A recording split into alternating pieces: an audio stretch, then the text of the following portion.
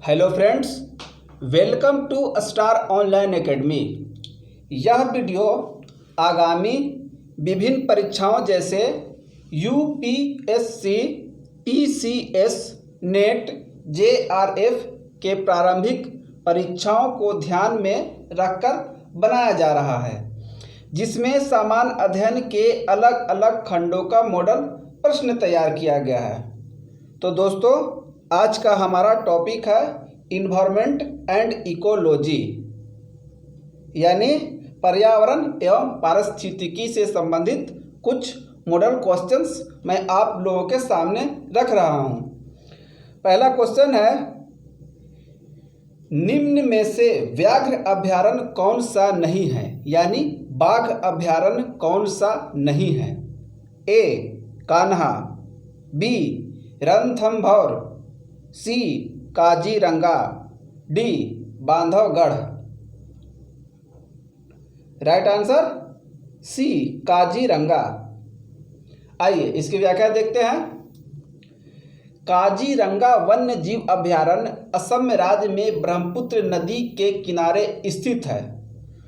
कुल 1173.58 वर्ग किलोमीटर क्षेत्रफल में फैले इस अभयारण्य में एक सींग वाले गैंडे एवं हाथियों का प्रमुख रूप से निवास मिलता है, अतः यह व्याघ्र अभयारण्य नहीं है। बाकी जो है वो कौन कौन है? कान्हा मध्य प्रदेश, रणथंभौर राजस्थान और बांधवगढ़ मध्य प्रदेश प्रोजेक्ट टाइगर में शामिल हैं, जो व्याघ्र अभयारण्य हैं। नेक्स्ट, समतापमंडल में ओजोन के स्तर को प्राकृतिक रूप से विनियमित किया जाता है। ए नाइट्रस ऑक्साइड द्वारा, बी नाइट्रोजन डाइऑक्साइड द्वारा, सी सीएफसी द्वारा यानी क्लोरोफ्लोरोकार्बन, डी जल वाष्प द्वारा। Right answer B nitrogen dioxide द्वारा। आइए व्याख्या। समतापमंडल में ओजोन के स्तर को प्राकृतिक रूप से नाइट्रोजन डाइऑक्साइड द्वारा विनियमित किया जाता है। ओजोन परत की कुल मोटाई मौसम के हिसाब से बदलती रहती है। बसंत ऋतु में इसकी मोटाई सबसे ज़्यादा होती है तथा वर्षा ऋतु में सबसे कम रहती है। ध्यातव्य है कि ओजोन परत को डॉप्सन इकाई या डॉप्सन यूनिट में मापा जाता है। एक डॉप्सन यूनिट 0 डिग्री सेल्सियस तथा 1 atm दाब पर शुद्ध ओजोन की 0.01 मिलीमीटर की मोटाई के बराबर होता है। नेक्स्ट, कार्टाजेना प्रोटोकॉल का संबंध है। ए जैव सुरक्षा समझौते से, बी प्रदूषण से, सी ओजोन क्षरण से, डी जलवायु परिवर्तन से। राइट आंसर ए जैव सुरक्षा से। आइए व्याख्या देखते हैं। कार्टाजेना प्रोटोकॉल एक अंतर्राष्ट्रीय संधि है जिसका संबंध जैव सुरक्षा समझौते से है। इसे 19 जनवरी 2000 को स्वीकार किया गया था। 11 सितंबर 2003 से यह लागू हुआ। भारत ने 23 जनवरी 2003 को जैव सुरक्षा पर कार्टाजेना प्रोटोकॉल की पुष्टि की थी। नेक्स्ट, मैनचेस्टर विश्वविद्यालय के वैज्ञानिकों ने हाल ही में भू अभियंत्रण द्वारा पैसिफिक महासागर के ऊपर चमकीले बदलाव उत्पन्न कर ग्लोबल वार्मिंग के बढ़ने पर रोक लगाने का सुझाव दिया। इसकी पूर्ति के लिए वातावरण में क्या छोड़ा जाता है? ए सिल्वर लवण, बी लौह चूर्ण, सी समुद्री जल, D gypsum. Right answer C समुद्री जल। आइए व्याख्या देखते हैं। मैनचेस्टर विश्वविद्यालय के वैज्ञानिकों ने पैसिफिक महासागर के ऊपर वायुमंडल में समुद्री जल की बूंदों का छिड़काव कर चमकीले बादल उत्पन्न किए, जिससे कि सूर्य के प्रकाश का अधिक से अधिक परावर्तन कर वैश्विक तापमान पर नियंत्रण किया जा सके। नेक्स्ट, मानव की कौन सी क्रिया जलवायु से सर्वाधिक प्रभावित होती है? ए मत्स्य उद्योग, बी खनन, सी निर्माण, डी कृषि। राइट आंसर डी कृषि यानी एग्रीकल्चर। आइए व्याख्या। जलवायु परिवर्तन कृषि को प्रभावित करने की क्षमता रखता है। तापमान बढ़ने से मिट्टी की नमी और कार्यक्षमता प्रभावित होती होगी। मिट्टी में लवणता बढ़ेगी। जलवायु परिवर्तन से फसलों की उत्पादकता भी प्रभावित होती है। नेक्स्ट, निम्नलिखित में से कौन एक वैश्विक उष्मन के लिए उत्तरदायी नहीं है? यानी वैश्विक तापन के लिए उत्तरदायी नहीं है। ए मीथेन, बी जलवाष्प, C argon, D carbon dioxide. Right answer C argon. Argon gas जो है वो वैश्विक तापमान या वैश्विक उष्मन के लिए उत्तरदायी नहीं है। आइए व्याख्या देखते हैं।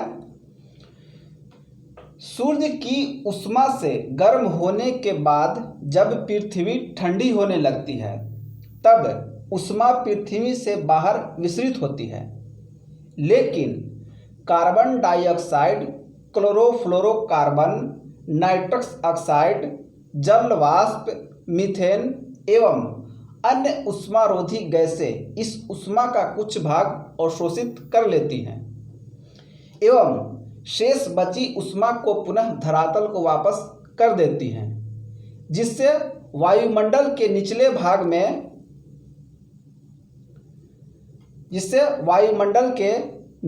भाग में अतिरिक्त ऊष्मा एकत्र हो जाती है। विगत कुछ वर्षों में इन ऊष्मारोधी गैसों की मात्रा वायुमंडल में बढ़ जाने के कारण वायुमंडल के औसत तापमान में वृद्धि हो गई है, जिसे वैश्विक उष्मन या भूमंडलीय तापन, ग्लोबल वार्मिंग अथवा ग्रीन हाउस प्रभाव कहा जाता है। Organ gas green house gas नहीं है तथा यह वैश्विक उष्मन के लिए उत्तरदायी नहीं होती है। नेक्स्ट, भारत सरकार सीबक थोर्न की खेती को प्रोत्साहित कर रही है। इस पादप का क्या महत्व है? पहला, यह मृदा क्षरण के नियंत्रण में सहायक है और मरुस्थलीकरण को रोकता है। दूसरा, यह बायोडीजल का एक समृद्ध स्रोत है। तीसरा, इसमें पोषकीय मान होता है और यह उच्च तुंगता वाले ठंडे क्षेत्रों में जीवित रहने के लिए भलीभांति अनुकूलित होती हैं। चौथा, इसकी इमारती लकड़ी का उच्च वाणिज्यिक मूल्य है। उपयुक्त में से कौन से सही हैं?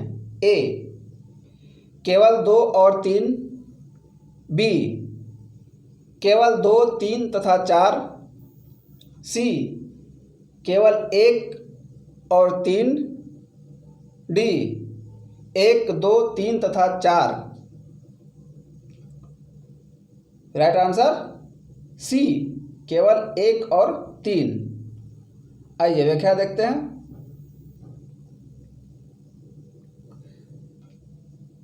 सीबक थोर्न भारत में लेह बेरी के नाम से लोकप्रिय एक पर्णपाती झाड़ी है।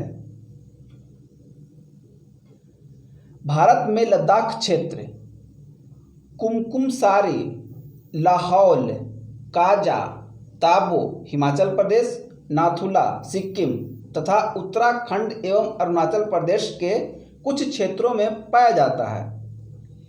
इस पौधों की पत्ती, फल, जड़ और कांटे सभी उपयोगी हैं, जिसका परंपरागत रूप से औषधीय निर्माण, पोषण, पूरकता, ईंधन, पर्यावरण संरक्षण, बाढ़ इत्यादि हेतु इस्तेमाल किया जाता रहा है। नेक्स्ट, निम्नलिखित कथनों पर विचार कीजिए। पहला, भारत में रेड पांडा प्राकृतिक रूप से केवल पश्चिमी हिमालय में पाया जाता है। दूसरा, भारत में स्लो लोरिस उत्तर पूर्व के सघन वनों में पाया जाता है। उपयुक्त में से कौन से सही हैं? ए, केवल एक, बी, केवल दो, सी, एक और दो दोनों, डी, न तो एक न ही दो। राइट आंसर बी, केवल दो। आइए इसकी व्याख्या देखते हैं। भारत में रेड पांडा प्राकृतिक रूप से उत्तर पूर्वी भारत के उप हिमालयी क्षेत्रों में पाया जाता है।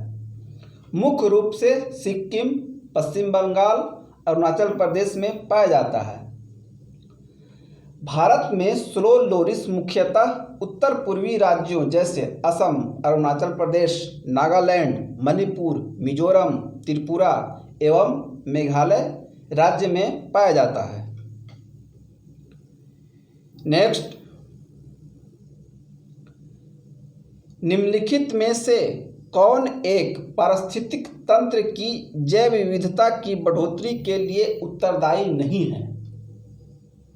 ए, पारिस्थितिक तंत्र की उत्पादकता, बी, मध्य व्यवधान, सी, पारिस्थितिक तंत्र की आयु, डी, पोषण स्तर की कम संख्या। राइट आंसर डी, पोषण स्तर की कम संख्या। आइए व्याख्या। पोषण स्तरों में कमी से एक विशेष वर्ग के जीवों की संख्या में वृद्धि होती है, जबकि जैव विविधता में कमी आती है। वहीं जैव विविधता की बढ़ोतरी में पारिस्थितिकी तंत्र की उत्पादकता, उसकी आयु तथा मध्य व्यवधान सहायक होते हैं। नेक्स्ट, प्रथम पोषक स्तर के अंतर्गत आते हैं ए, शाकाहारी, बी, मांसाहारी, सी, सर्वभक्षी, डी, हरित पादप। राइट आंसर डी, हरित पादप। आइए व्याख्या। वे सभी पौधे जो कि प्रकाश संश्लेषण के द्वारा भोजन का निर्माण करते हैं, प्राथमिक पोषक या उत्पादक कहलाते हैं। नेक्स्ट, नेशनल ग्रीन ट्रिब्यूनल यानी NGT भारत सरकार द्वारा स्थापित किया गया था। ए, 2008 में, बी, 2009 में, सी, 2010 में, डी, 2011 में। राइट आंसर सी, 2010 में। आइए व्याख्या। नेशनल ग्रीन ट्रिब्यूनल की स्थापना भारत सरकार द्वारा 18 अक्टूबर 2010 को नेशनल ग्रीन ट्रिब्यूनल एक्ट 2010 के अधीन की गई थी। इसके द्वारा पर्यावरण संरक्षण, वन एवं अन्य प्राकृतिक संसाधनों से संबंधित मामलों का निपटारा किया जाता है। नेक्स्ट, निम्नलिखित कथनों पर विचार कीजिए। पहला, मोटर वाहनों के टायरों और ट्यूबों के लिए भारतीय मानक ब्यूरो का मानक चिन्ह अनिवार्य है। दूसरा, एग मार्क खाद्य एवं कृषि संगठन FAO द्वारा जारी एक गुणवत्ता प्रमाण चिन्ह है। उपयुक्त कथनों में से कौन से सही हैं? A केवल एक, B केवल दो, C एक और दो दोनों, D न तो एक न ही दो। राइट आंसर A केवल एक। आइए इसकी व्याख्या थोड़ा डिटेल से देखते हैं।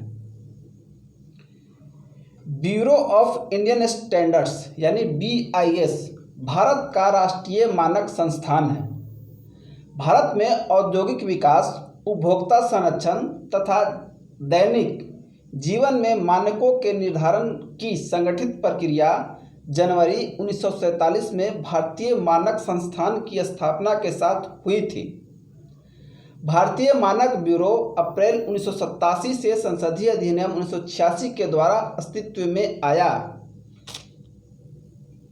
जिसने भारतीय मानक संस्थान के कर्मचारियों, संपत्तियों एवं देनदारियों।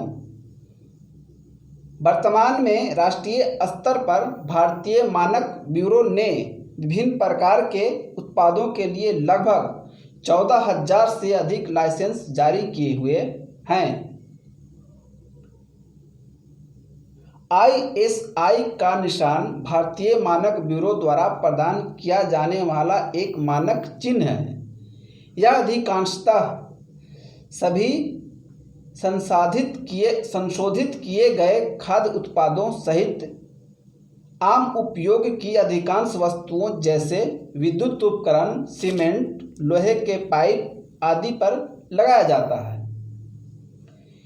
एग मार्क खाद्य एवं कृषि संगठन द्वारा नहीं, बल्कि भारत सरकार के विपणन एवं निरीक्षण निदेशालय द्वारा जारी एक गुणवत्ता प्रमाण चिन्ह है।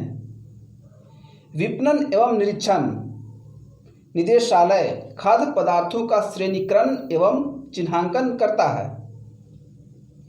इस विभाग की स्थापना 1955 में कृषि एवं विकास कल्याण मंत्रालय, भारत सरकार के तहत कृषि सहयोग एवं किसान कल्याण विभाग के संलग्न कार्यालय के रूप में की गई थी।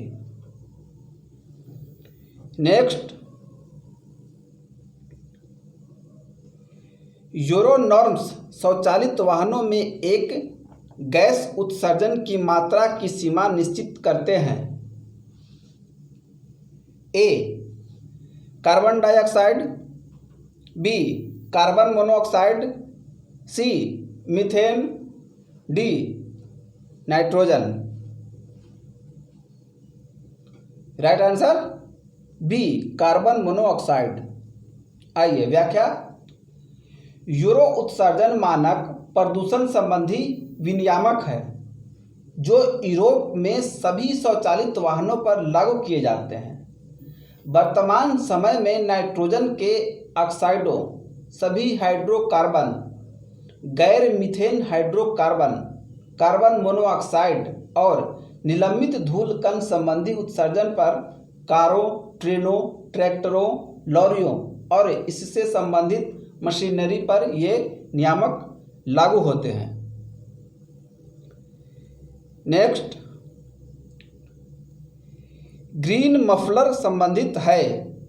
A ध्वनि प्रदूषण से, B वायु प्रदूषण से, C जल प्रदूषण से, D कपड़ा उद्योग से।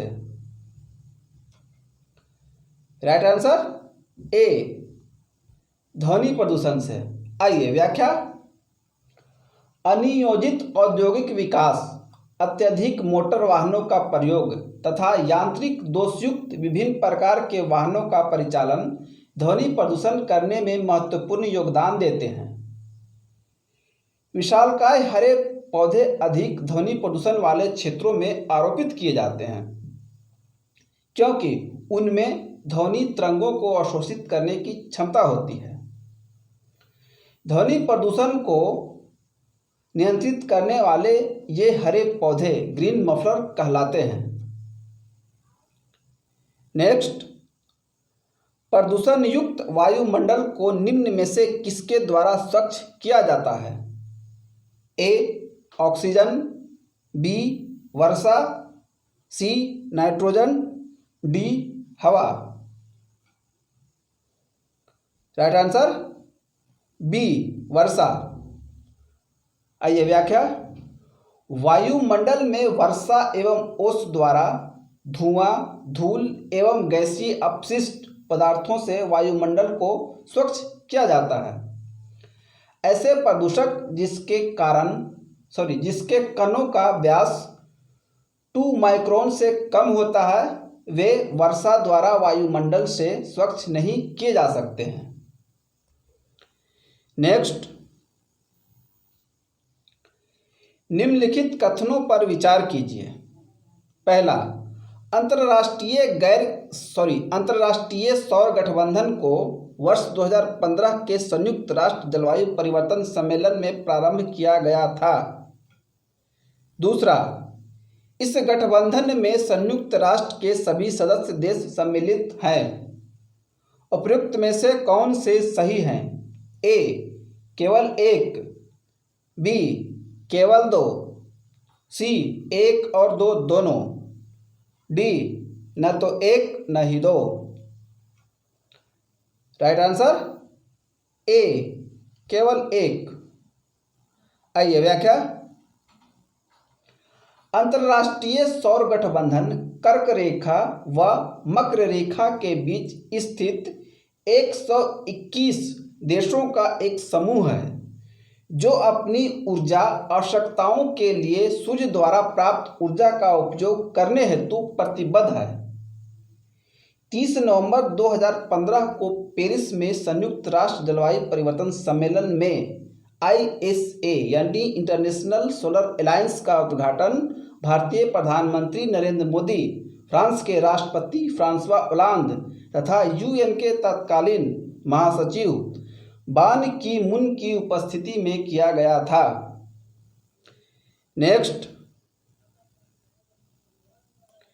किस देश में कुल का सर्वाधिक प्रतिशत वनाच्छादित है, यानी कुल क्षेत्रफल का सर्वाधिक प्रतिशत वनाच्छादित है? A Japan, B Indonesia, C Suriname, D Guyana. Right answer C Suriname. आइए व्याख्या। प्रश्नगत विकल्पों में सूरीनाम के कुल भौगोलिक क्षेत्र का सर्वाधिक प्रतिशत भाग वनाच्छादित है। CIA की वर्ल्ड फैक्ट बुक अद्यतन 2019 के अनुसार विभिन्न देशों में वनों का प्रतिशत इस प्रकार है। Suriname 94.6%, Japan 68.5%, Indonesia 51.7%, Guyana 77.4%। Next, वायुमंडल की सबसे निचली परत कौन सी है? ए समतापमंडल, बी ओजोन मंडल, सी आयन मंडल, डी क्षोभ मंडल। राइट आंसर डी क्षोभ मंडल। आइए व्याख्या। वायुमंडल की सबसे निचली परत को क्षोभ मंडल कहा जाता है। इसकी ऊंचाई विषुवत रेखा पर 18 से 20 किलोमीटर होती है, जबकि ध्रुवों पर अपेक्षाकृत कम होती है। इसके ऊपर क्रमशः समतापमंडल, मध्यमंडल, तापमान मंडल और बहिर्मंडल आते हैं। नेक्स्ट, निम्न में से कौन जलवायु परिवर्तन के खगोलीय सिद्धांत से संबंधित नहीं है? ए पृथ्वी की कक्षा के उत्केंद्रता यानी अंडाकारीय कक्षीय मान, बी पृथ्वी की घूर्णन अक्ष की त्रियकता यानी झुकाव, सी विषुवायन यानी पृथ्वी की सूर्य से अपसौर या उपसौर की स्थिति, डी सौर किरणित ऊर्जा यानी सौर विकिरण। राइट आंसर डी, सौर किरणित ऊर्जा। आइए व्याख्या। मिलुटिन मिलानकोविच ने जलवायु परिवर्तन से संबंधित सिद्धांत दिए जो कि पृथ्वी की लंबी अवधि की कक्षीय स्थिति से संबंधित है। पृथ्वी की कक्षा की उत्केंद्रता, पृथ्वी की घूर्णन अक्ष की तिर्यकता, विषुव आयन इस सिद्धांत के अंग हैं। नेक्स्ट, निम्नलिखित में से कौन पदार्थ सार्वत्रिक तापन उत्पन्न करने में योगदान नहीं करता है? ए, सल्फर तथा नाइट्रोजन के ऑक्साइड, बी, मीथेन, सी, कार्बन डाइऑक्साइड, डी, जल वाष्प। राइट आंसर ए, सल्फर तथा नाइट्रोजन के ऑक्साइड। आइए व्याख्या। सल्फर तथा नाइट्रोजन के ऑक्साइड सार्वत्रिक तापमान में योगदान नहीं करते हैं, जबकि मीथेन, कार्बन डाइऑक्साइड एवं जलवाष्प इसमें योगदान करते हैं। तो दोस्तों, आज का ये वीडियो आप लोगों को कैसा लगा कमेंट बॉक्स में जाकर हमें बताएं और अपने दोस्तों के बीच भी शेयर करें। आगामी आने वाले वीडियो के लिए सब्सक्राइब एवं बेल आइकन को प्रेस करना ना भूलें। अन्य किसी तरह की सहायता के लिए आप हमें व्हाट्सएप कर सकते हैं। नंबर है 9873727085। Thank you.